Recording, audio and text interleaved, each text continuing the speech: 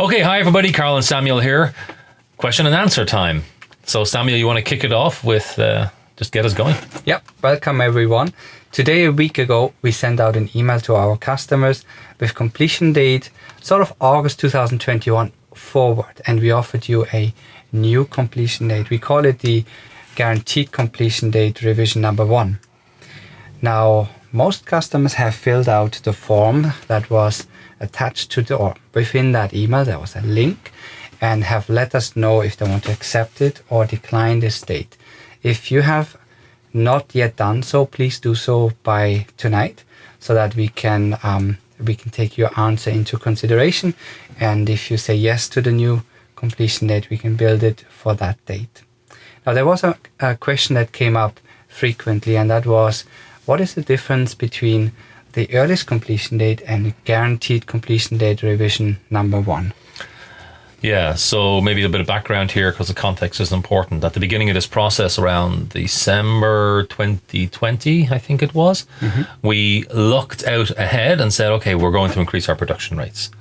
And what's the best we think we can do if everything lines up, according to the plans that we have? What's the best we can achieve?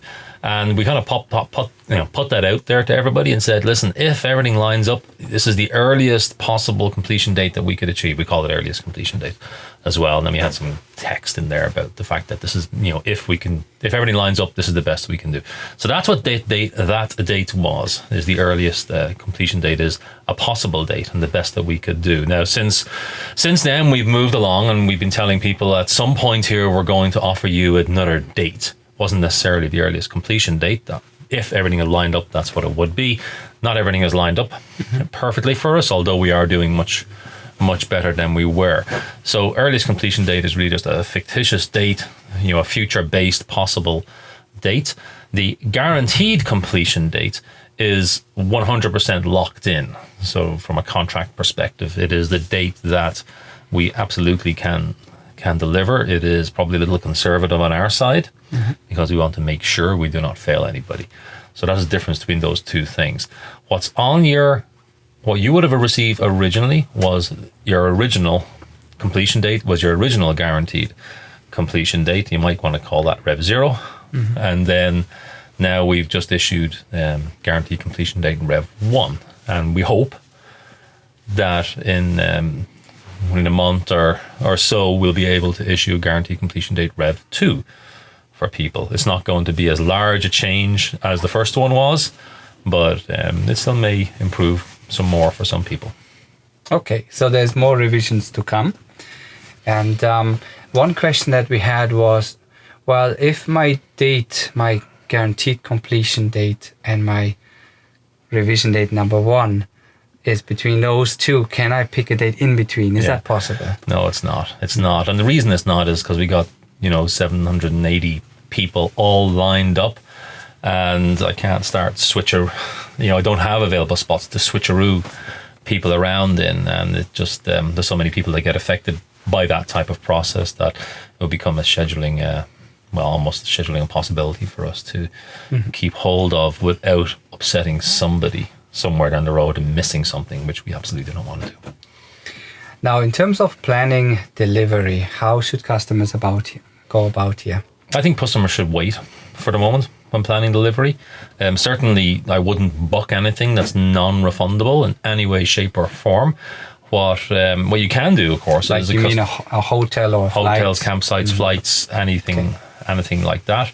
Because we're coming out of COVID and we're coming out of the supply chain stuff, but man, this it's not over. It may look like it's over in some ways, within the countries here, but it's not over from a supply chain perspective, not at all. So there's still potential issues down the road here, but obviously it gets better and better as every day goes by.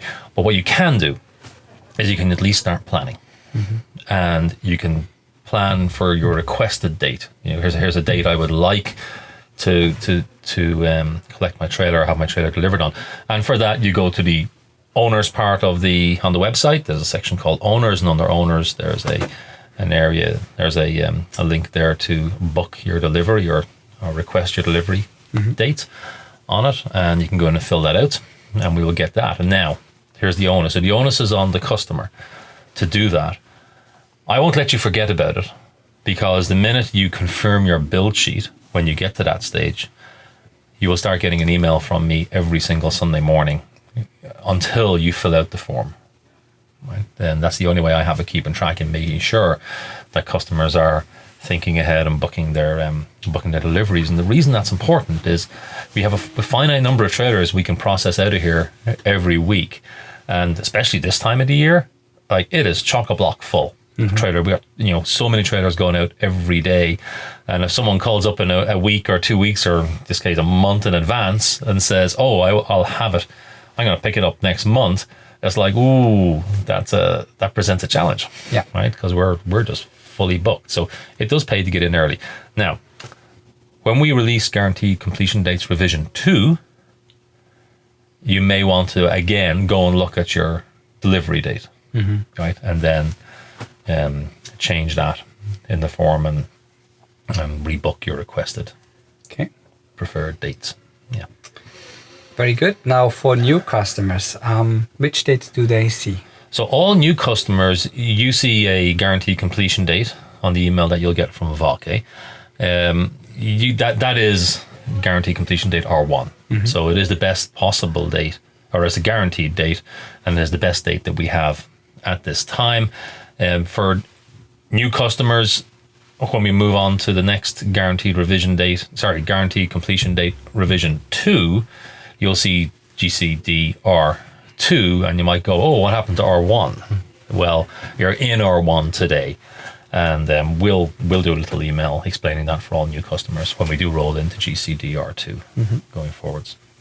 Now we are reaching out to customers much earlier than we used to, so that has to do with our confirmation for building up your build sheet. Yeah, can you speak to that?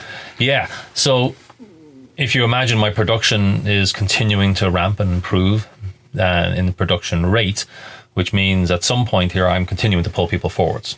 And this is where this guaranteed completion date revision 1 and then revision 2 and potentially revision 3 and 4 start to work. I need to reach out further and further. The longer, we used to only do it like at 4 months, we'd reach out and we'd have that person completed within 1 month, so that at the 3 month mark they were confirmed. We're out 6-7 months now in getting people ready and moving them through the confirmation stage, because I am going to get to a point where I'm starting to pull people forwards principally because they're confirmed. Because I'll have gaps in the production schedule, and I go, okay, get them in now. We can move this trailer forward and get these people built. So there will come a stage where if a person is confirmed, that they have a higher likelihood of being built a bit earlier than anybody else. Now we do have customers who are choosing to stick in their dates, their original dates, or as we move forward, they might just stick in their guaranteed completion date Rev 1 type dates. You have nothing to fear. You're not going to get pushed out at all. It's just we may have an empty slot in front of you and we need to fill it, and we will fill that with somebody who's already confirmed, because when they're confirmed, you see, I can process the supply chain really quickly, and then I know they're locked in, so I can push ahead and build their trailer. If you're not confirmed, I'm like, I don't know what you're going to build, so I can't schedule you in. Very good.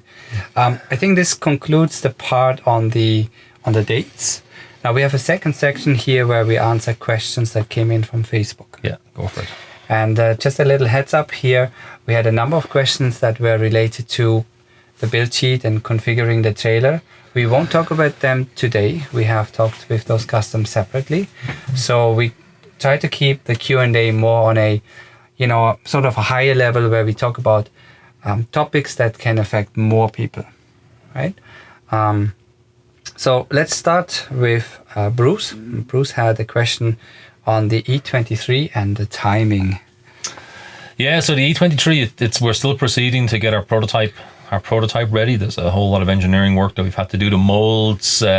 We got work to do on the molds. There's a lot more polishing that we need to do than we had originally anticipated. So that takes an inordinate amount of time to pull together, and we only have the same resources that do the polishing on the trailers, do the polishing on the molds. So I'm running a little bit later on the E23. I still believe we'll have the prototype completed on the E23 this year sometime, and be in production, but this is pushing out just a little bit longer.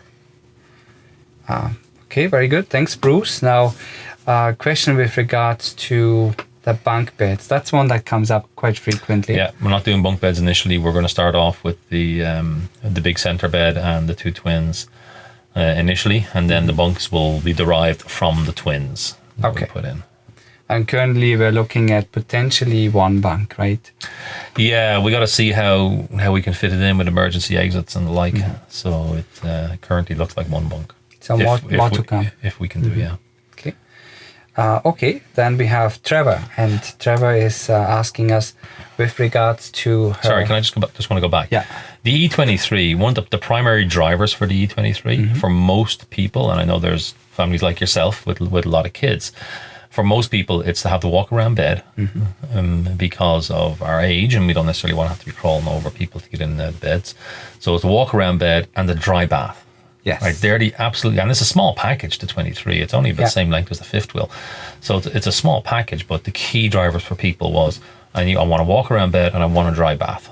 And I will live with everything else that has to fit, however it has to fit, in order to get those two key requirements. Yeah. Yeah, so that's...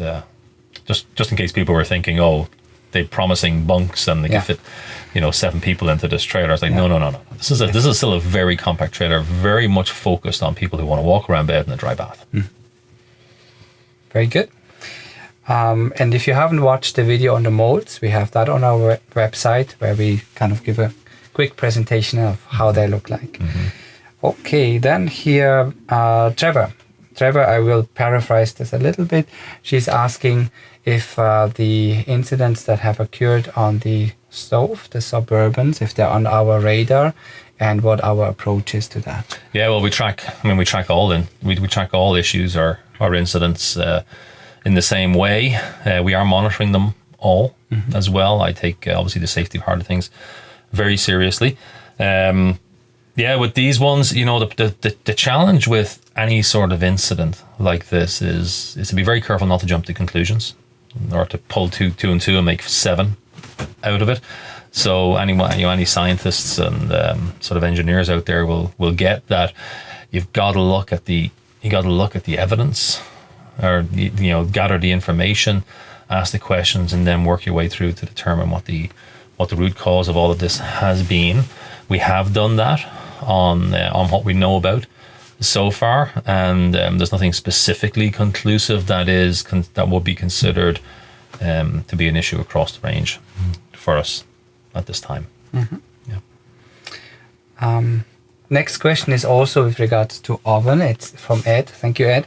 He's asking if the Dickinson Marine oven is something that we are considering. So we've been in contact with Dickinson Marine. This is not I was in contact with Dickinson Marine a year and a half ago.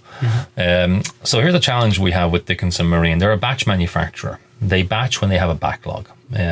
Makes it really challenging for a company like us to let's just say we have 50 people who come in and say, oh, I want the Dickinson Marine this stove. Well, they'll backlog produce, and I'm like, no, I need it in 8 weeks. And if they can't get it to me for 16 weeks or whatever it might be, it creates a real problem in my production schedule. So we're working our way through here with them. They have a small batch of them available at the moment. I'm kind of looking for other options. There are other manufacturers of very, very similar high-end products out there that we're looking into. So I think more to come on the likes of the Dickinson Marine stove or their competitor. But they're a challenge for us to work with. Because normally they supply to distributors, so people will buy it retail from the distributor and put it in their boat, or specifically mostly their boat.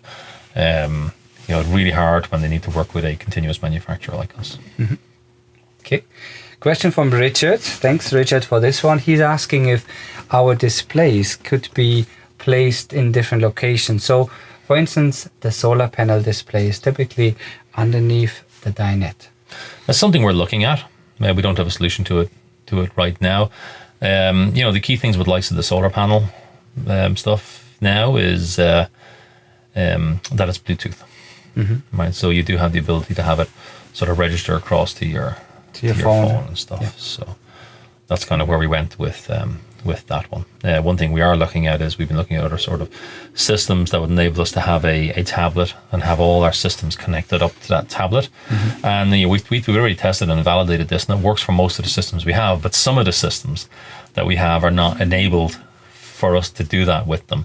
And that's where you see we've been making progress with the likes of sea level, and then of course with the other air conditioners and stuff, which then, and these are ones that we can tie together. So I think, yes, but it'll be it's definitely at the very earliest, a late 2022 thing, if we can. If it comes. And just a little heads up, the sea level, we are referring to the tank monitoring system, which is an option for us. Yeah. Okay, Stephen.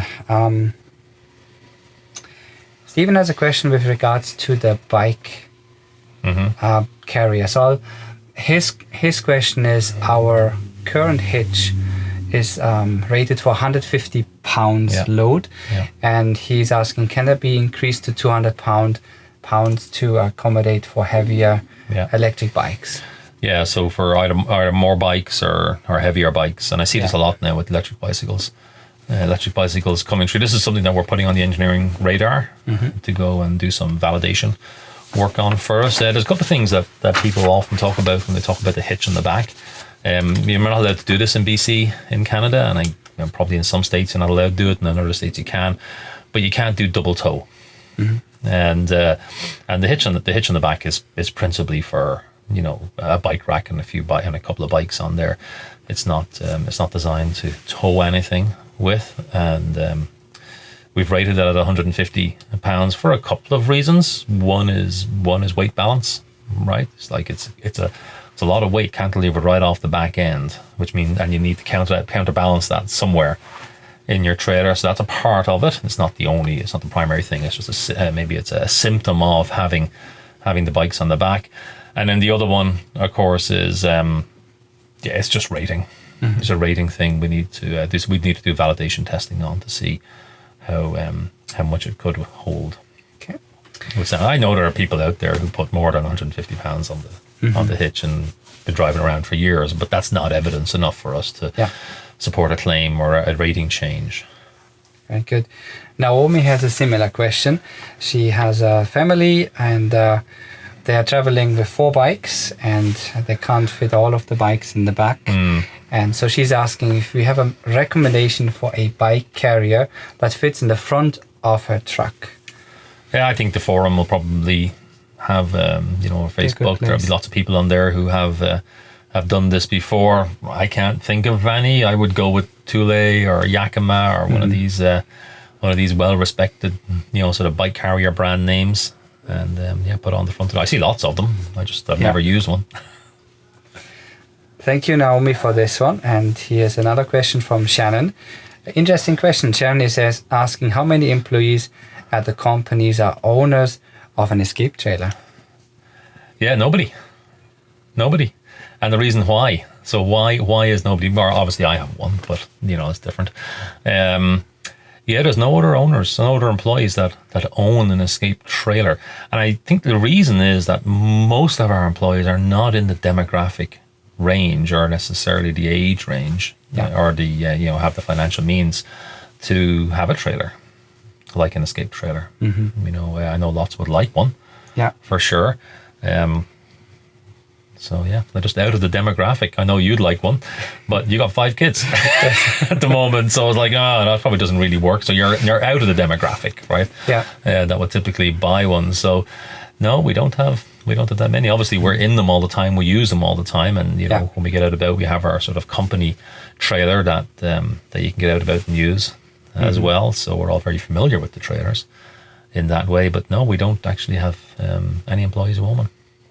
Crazy, isn't it? Good question, Shannon. Crazy. Thank you for that.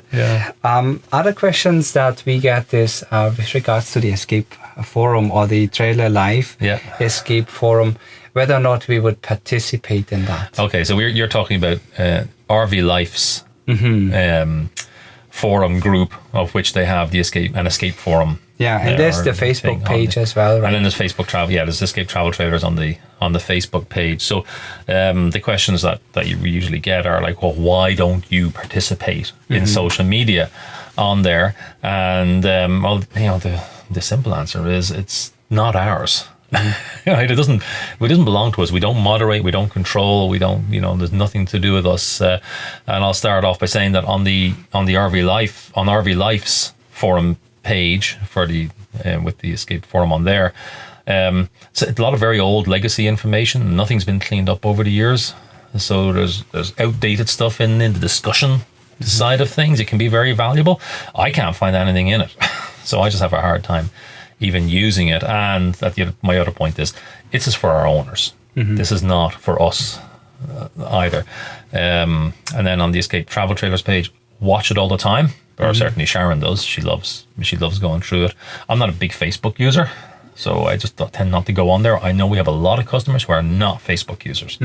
We get that a lot, right? I don't use Facebook, right? So I'm like, yeah, well, I'd only be reaching a very small percentage of our customers if I was trying to use that as some sort of communication channel, which I think is wrong. That's why we email a lot. Yeah. Right? And that's what we use in newsletters and everything else, because we have our customers' emails. Yeah. And they know the email is coming from us. So it's a direct communication between you and us. Yeah, which is way better. But what we have done, and I've been thinking about this for a little bit, contemplating how to do it and being just worried about ruffling people's feathers and that sort of thing. But we've taken the decision now. I've said, you know what? It seems a lot of people would like to have a real sort of, the Escape forum where we contribute into it. So we're going to boot one up ourselves. So we're going to boot up, and this will be a really interesting one. And I don't know if it's going to take off or not, but the idea for us is that we can basically pop all our Q&As onto it. All the frequently asked questions or common questions can all go up there. The tool that we've developed, which is like a Wix sort of site, is really rich in so much as you can do questions and answers and discussions. Questions and discussions, all within the different areas on there. You can add really easily drop in photos and videos and other items. So it just makes it it's so easy to use, I find. So to me, it's like the really almost perfect combination of Facebook and a Reddit forum style approach. So we're going to launch that on June 15th. And if nobody wants to use it, that's totally fine. We're going to put up all the frequently asked questions and answers and stuff on warranty and maintenance, and we'll just start populating that with all our information and that people can then come to. And if people want to, then they can come in and start to ask questions on there, and we will use this as a tool where we'll respond back to people. Also going to make it a safe place. Some of the comments and concerns I hear back from folks, both on Facebook and on other forums, be it Reddit or the RV Life forum and places, is some people don't want to participate because they think it's not really a safe place for them to go. Maybe there's too many trolls, or there's just folks with an axe to grind in there. Their need to be right is so strong that don't want to listen to anybody. So it's a really challenging one. Social media stuff, just so challenging. But generally, we're gonna work to make this a safe place for responsible adults, or respectful adults, maybe is the better way to say it, and try and work off that. Yeah. And of course, the problem with that is, like I say, okay, I'm gonna make it a safe place for respectful adults, but one person one person thinks it's respectful versus another person could be two different things. Right. It's like, how do you do it? But I kind of go along with the approach that certainly between yourself and I, we or you and I, we have some good moral direction around what is respectful to others, and we'll use that to drive our approach on the Escape Forum. Very exciting. Yeah. Okay, so we watch for that. June 15th, we're going to release it. Of course, we have our rally on June 19th. Yeah. We haven't talked about the rally. No one's asked a question about the rally. So we're doing a virtual rally on June 19th. It is specifically for current owners. Yeah. It's specifically for owners. And the reason and we're going to do another one, which will be for people who are in the deposit stage and haven't received their trailers yet. And then we may do another one that's purely for people who are leads and considering and just want to. So they're like, but there's different content in those three different things. This first one is really because we were not able to have our normal rally in the Okanagan in Canada here for the last 2 years. And we figured, let's try and get everyone together, at least do something. Mm-hmm. So we decided we'll have a crack at this virtual rally, and we're up to over 80 people now who have signed up for it, and that's really good. When we consider, I think the last rally we did, which is now 2 years ago, and I'm almost forgotten how many people were there, but I recall there was 120 or so folks at that one. So we're not far off that for the virtual rally. Yeah. Sorry, that wasn't the question, but I thought I'd just talk about it.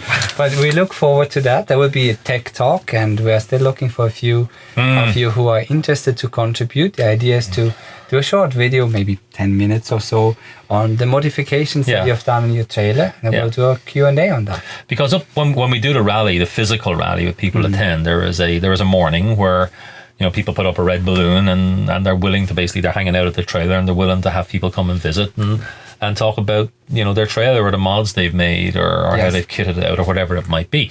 And we're thought, okay, well, let's if people are keen or willing to do that, let's keep that going.